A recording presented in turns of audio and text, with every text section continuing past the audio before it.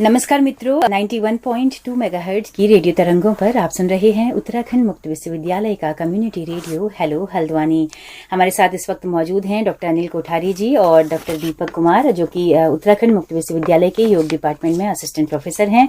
Sir, बहुत welcome है आप दोनों का ही। धन्यवाद मैम जी। तो अंतर्राष्ट्रीय योग दिवस की आहट हो रही है, बहुत जल्दी ही आने वाला है और पूरे देश और दुनिया में योग का एक तरह से क्रेज तो बहुत बढ़ ही गया है।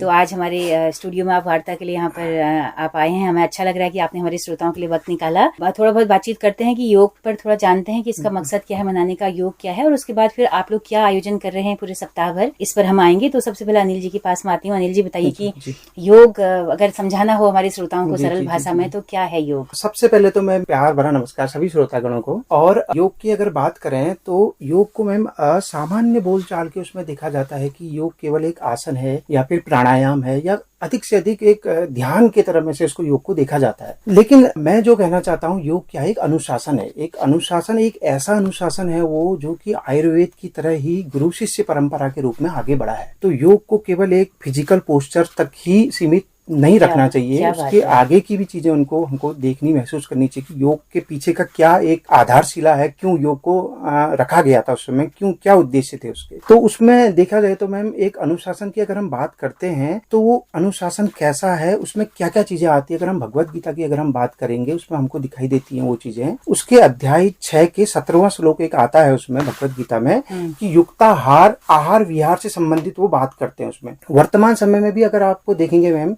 कि बीमारियों के ही कॉन्टेक्स्ट में अगर हम कोई चीज को हम देखते हैं तो आहार विहार, डॉक्टर के पास अगर आप जाते हैं तो वो यही कहता है पहले आपका आहार विहार सही होना चाहिए, खान पान आपका बैलेंस होना चाहिए, सोना जागना आपका नियमित होना चाहिए।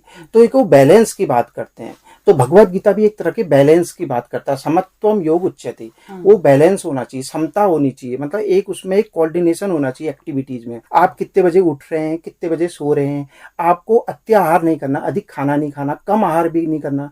तो इस तरह के अगर आप इस दिनचर्या के साथ में अगर आप चलते हैं तभी ऐसे आदमी का योग सिद्ध होता है और वो उसकी दुखों से उसकी मुक्ति मिलती है। तो और आज की हमारी जो जीवन शैली हो गई है जिस तरह की, उसमें तो कोई संतुलन ही नहीं है।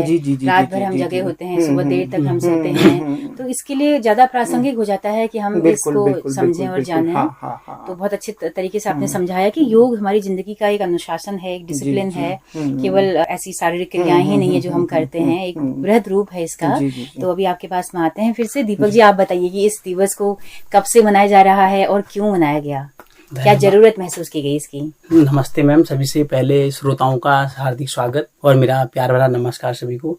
जैसा कि योग जो है हमारे ऋषि मुनियों की परंपरा रही है, हजारों साल पहले से ऋषि मुनि इसको अपने जीवन में उतारते हैं और उसी सीधे क्रम में आगे गुरु शिष्य परंपरा आगे को चलती रही निरंतर। जब ये परंपरा आगे निरंतर चलती रही तो अलग अलग पद्धतियों में चलती रही। किसी ने हठ योग के माध्यम से साधना पद्धति अपनाई, किसी ने ज्ञान योग के, भक्ति योग, कर्म योग, अलग अलग साधना पद्धतियों के माध्यम से अपने को ये पद्धतियां चुनी। तो धीरे धीरे क्या हुआ, ये साधना पद्धति जो थी वो लुप्त प्राय हो गई। जब लुप्त प्राय हो गई तो पुनः इसको जागृत करने के लिए, पुनः इसका प्रचार जन जन तक इसको पहुंचाने के लिए अंतर्राष्ट्रीय योग दिवस मनाना शुरू किया गया। 2015 से ये योग दिवस 21 जून को मनाया जाता है। तो 21 जून को ही इसलिए मनाया जाता है कि जो 21 जून जो होता है उत्तरी गोलार्ध का सबसे लंबा और बड़ा दिन होता है।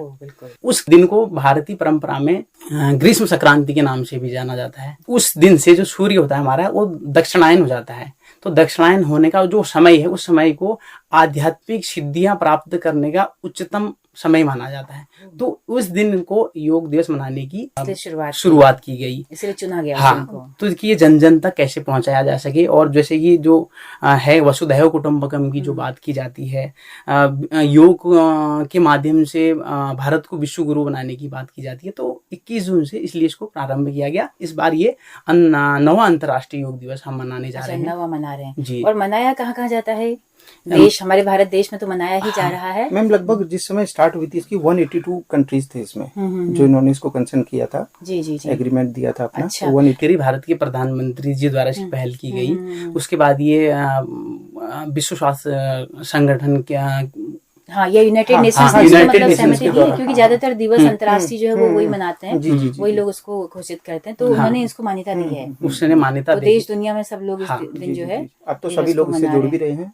बिल्कुल। अब क्योंकि जी। सेहत के जब साइड इफेक्ट जब आ रहे हैं सामने, बिल्कुल, तो बिल्कुल, लोगों को लग रहा है कि इस ओर अब लौटना चाहिए। जी, तो जी। इसी पर आते हैं दीपक जी, अगला सवाल यही है कि आज के परिप्रेक्ष्य में जब हम देख रहे हैं कि चारों तरफ एक जीवन शैली का एक खतरा उमड़ रहा है, एक लग्जरी जीवन हम जी रहे हैं, एसी कमरों में बैठे हैं, सीढ़ियां न चढ़ के हम लोग लिफ्ट का इस्तेमाल कर रहे हैं, लगातार फिजिकल एक्टिविटी कम होती जा रही है और डिप्रेशन का शिकार लोग हो रहे हैं, डिप्रेशन में है, मानसिक अवसाद में है। ऐसे वक्त पे योग क्या किसी राहत की तरह उनको दिखाई देता है? इसकी भूमिका किस तरह को देखते हैं आप? जी जी जी मैम। सबसे पहले तो हमको ये समझना होगा कि अभी वर्तमान परिप्रेक्ष्य में डिमांड क्या है, क्या चीज चल रही है। हम थोड़ा सा पीछे की ओर को जाएं तो कोरोना वायरस के समय, कोविड के समय को अगर हम देखें तो उस समय किस तरह से लोग प्रभावित रहे हैं, उसमें उनके इम्यून सिस्टम से रिलेटेड चैलेंजेस, रेस्पिरेटरी सिस्टम से रिलेटेड, तो ऐसे डिफरेंट चैलेंजेस उन्होंने फेस किए हैं।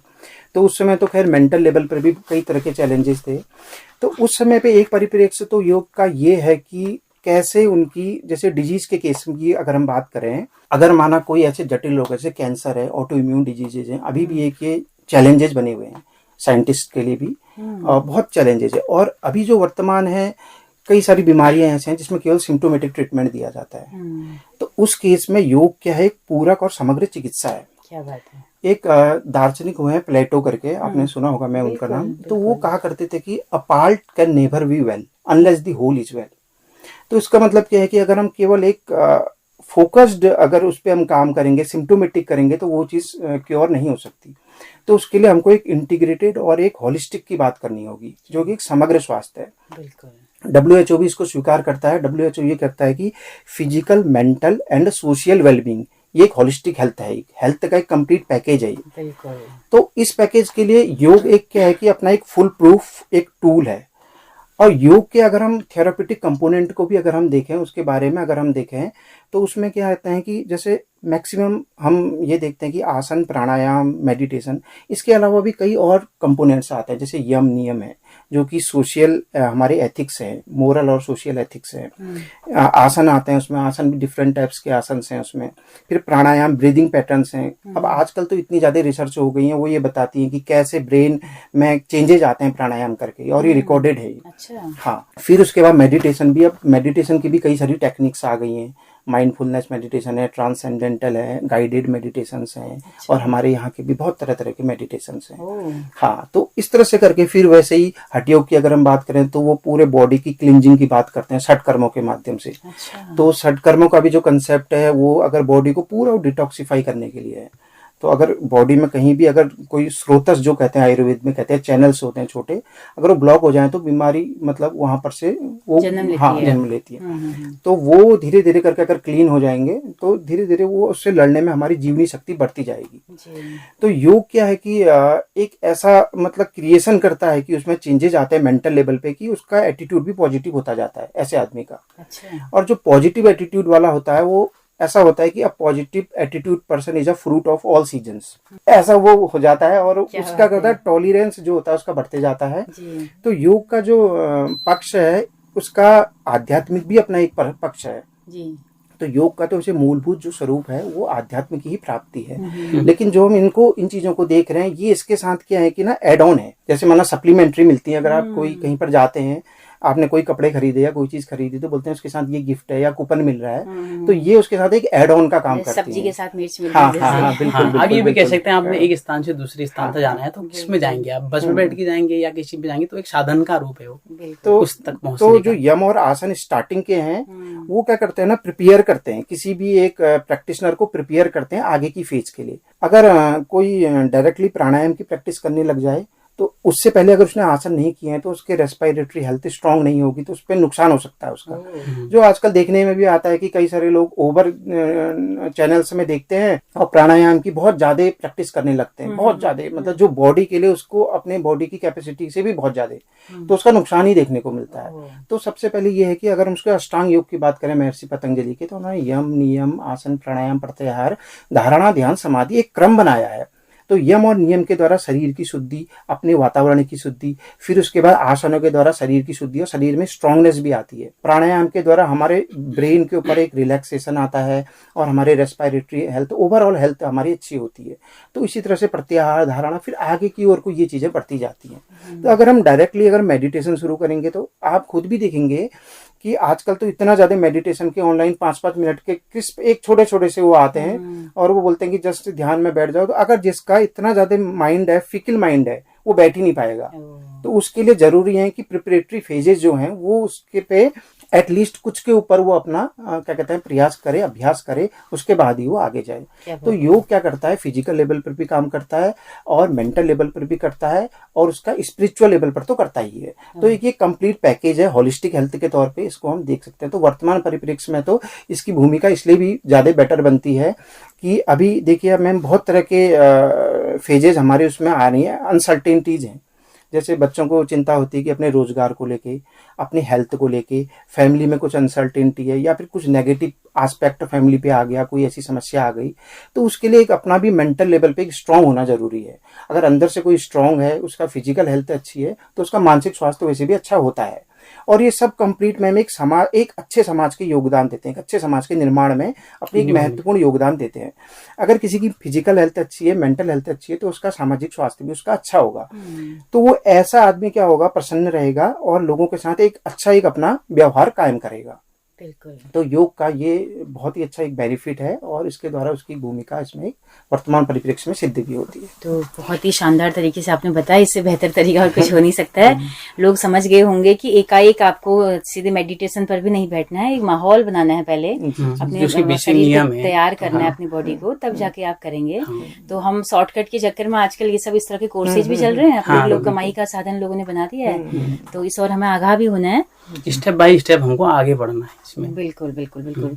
तो आगे हम बात करें फिर क्या क्या करने जा रहे हैं आप। उत्तराखंड मुक्त विश्वविद्यालय की एक बड़ी भूमिका है, यहाँ से बहुत सारे बैच निकले हैं योग के, है ना। जी मैम, तो काफी धूम मचाई है यहाँ के योग डिपार्टमेंट ने। तो इस बार क्या क्या है आयोजन का, थोड़ा सा रूपरेखा बताइए। ठीक है मैम, सबसे पहले तो योग विभाग समय समय पर हमारा योग शिविर अलग अलग स्थानों पर कराते रहता है। ये आपने विगत कई वर्षों से आप देखते आ रहे हैं। और कार्यशालाएं हमारी योग की होती हैं, निःशुल्क हमारी योग कक्षाएं चल रही हैं, ऑफलाइन और ऑनलाइन मोड दोनों मोड पर चलती हैं, निःशुल्क योग कक्षाएं भी चलती हैं। और इस बार जो हमारा अंतर्राष्ट्रीय योग दिवस है, उसमें साप्ताहिक योग कार्यक्रम 15 जून से 21 जून तक जो मनाया जा रहा है। तो उसमें है जो 15 जून को जो हमारा कार्यक्रम रहेगा, अंतर्राष्ट्रीय योग दिवस के महत्वपूर्ण बिंदु पर जो चर्चा है वो चर्चा की जाएगी। 16 तारीख से हमारे कहाँ होगी ये चर्चा? ये विश्वविद्यालय परिवार में है। अच्छा, बीच में। हाँ, अच्छा। और उसके बाद जो हमारा विधिवत जो कार्यक्रम है, जो प्रतियोगिताएं हैं, विभिन्न प्रतियोगिताएं हैं इसमें, तो वो 16 जून से आरंभ होंगी हमारी। 16 जून को हमारे निबंध लेखन प्रतियोगिता है। लगभग इसमें 30 से ऊपर प्रतिभागी जो है प्रतिभाग करने की संभावना, अभी तक रजिस्ट्रेशन हमारे हो गए हैं इसमें। अच्छा।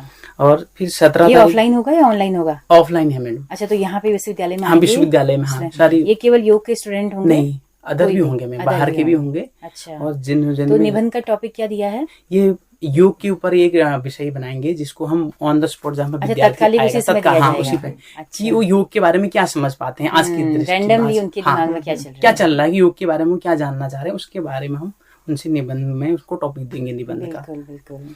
दूसरा है पोस्टर प्रतियोगिता 17 तारीख को हमारी, उसमें योग के ही ऊपर जो है चित्र उनसे बनाए जाएंगे, पोस्टर बनवाए जाएंगे, चाहे योगासन से संबंधित है, प्राणायाम, मुद्राओं से संबंधित या ध्यान की कोई मुद्रा, इस टाइप से उनसे बनवाए जाएंगे। अच्छा, तो इसके रजिस्ट्रेशन हो चुके हैं या इसको अभी भी लोग चल रहे हैं मैम? अभी आज लास्ट डे है एडमिशन का। 12 बजे लास्ट हो जाएगा। ओके। तो हमारे सुनने वाले श्रोता जो भी अभी सुन रहे हैं हमें, तो वो लोग भी इसमें पार्टिसिपेट कर सकते हैं। बिल्कुल।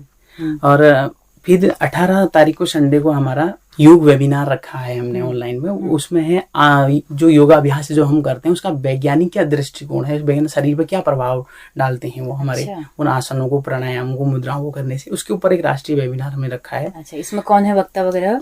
इसमें अभी वक्ता MBPG कॉलेज में असिस्टेंट प्रोफेसर हैं डॉक्टर मलिक राजेंद्र प्रताप जी, उनको हमने इसमें बुलाया है। अच्छा। और उनका योग का जो जितने भी अंग हैं उनके प्रति क्या हमारे शरीर में उसका वैज्ञानिक क्या दृष्टिकोण है, क्या प्रभाव पड़ता है, उनका एक अच्छी पकड़ है उसमें। तो उनको बुलाया है कि हमारे जो बच्चे हैं जो हमारे प्रतियोगिता में आएंगे उनको सरल भाषा में उनका ज्ञान, व्यावहारिक ज्ञान दें कि किस प्रकार से योग कार्य करता है, हमारे शरीर में क्या इफेक्ट डालता है। जी, बिल्कुल। अगला फिर हमारा है 19 तारीख को मान्य रखी योग प्रश्नोत्तरी, योग क्विज रखी है। अच्छा। उसमें योग से संबंधित 25 या 30 क्वेश्चन बच्चों से पूछे जाएंगे, उसका आंसर उनको टिक करके देना होगा। अच्छा। वो योग से ही संबंधित बेसिक क्वेश्चन होंगे, ये भी उनकी बेसिक ऑफलाइन ऑफलाइन होगा बेसिक जानकारी के लिए। फिर हमने 20 जून को योगासन प्रतियोगिता रखी है, उसमें योग के विभिन्न जितने आसन हुए उनकी एक प्रतियोगिता होगी। अच्छा, उसमें भी लगभग 30 से ऊपर रजिस्ट्रेशन हमारे हुए इससे हैं। पिछली बार भी हुई थी। हाँ, ये बड़ी पिछली बार शानदार ही रही हाँ। है। बिल्कुल बिल्कुल। फिर लास्ट में जो हमारा 21 जून है उसमें जो अंतर्राष्ट्रीय योग दिवस है, उसमें जो प्रोटोकॉल आएगा उसके अनुसार हम योग दिवस मनाएंगे। जी जी। और 21 जून को ही हम लास्ट में जो बच्चे हमारे प्रतियोगिता में प्रथम, द्वितीय, तृतीय स्थान प्राप्त करेंगे, इनको उपहार पुरस्कार दिया जाएगा, इनको सम्मानित भी किया जाएगा। जी जी जी।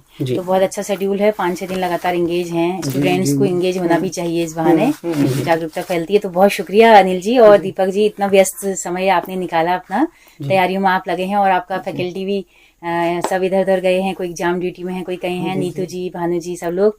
तो आप सभी को बहुत बहुत शुभकामनाएं अग्रिम हमारी तरफ से। धन्यवाद। तो बहुत शुक्रिया। अभी कल फिर बात की आप आते रहिएगा। जी बिल्कुल मैम। जी जी। तो अनिल जी और दीपक जी, बहुत शुक्रिया आपका। धन्यवाद मैम। जी। तो दोस्तों, आपका भी बहुत शुक्रिया, आपने इस कार्यक्रम को सुना, अंत तक हमारे साथ आप बने रहे। अगर ये बातचीत पसंद आई हो तो अपना फीडबैक दीजिएगा। जैसा कि हम बताते हैं कि हमारा रेडियो एक सामुदायिक रेडियो है, जिसकी पहुंच रेडियो में केवल हल्द्वानी शहर तक है। लेकिन दूर दराज पहाड़ों में या देश के कहीं भी हिस्से में आप इस रेडियो को सुनना चाहते हैं तो हमारे YouTube चैनल के जरिए आप इन कार्यक्रमों को सुन सकते हैं। हेलो हल्द्वानी नाम से हमारा YouTube चैनल है, फेसबुक पेज है। आपके फीडबैक का बहुत बेसब्री से हमें इंतजार रहेगा। तो इसी के साथ हम चाहते हैं कि रजिस्ट्रेशन के लिए कुछ नंबर आप देना चाह रहे हैं। मैं चाहूंगी दीपक जी आप पढ़िए, आप बोलिए। अगर कोई विद्यार्थी हमारा इसमें ऐसा है या कोई श्रोता जो है अपना रजिस्ट्रेशन इस प्रतियोगिता में करना चाहते हैं तो वो एक नंबर मैं आपको बता रहा हूँ, उस नंबर पर आप रजिस्ट्रेशन कर सकते हैं। 8630529763। इस नंबर पर आप कॉल करके अपना रजिस्ट्रेशन करवा सकते हैं किसी भी प्रतियोगिता में। जी। तो आपने नंबर दोस्तों नोट कर लिया होगा। तो इसी के साथ दीपक जी, अनिल जी और के साथ में सुनीता को दीजिए इजाजत। नमस्कार। धन्यवाद। जी जी।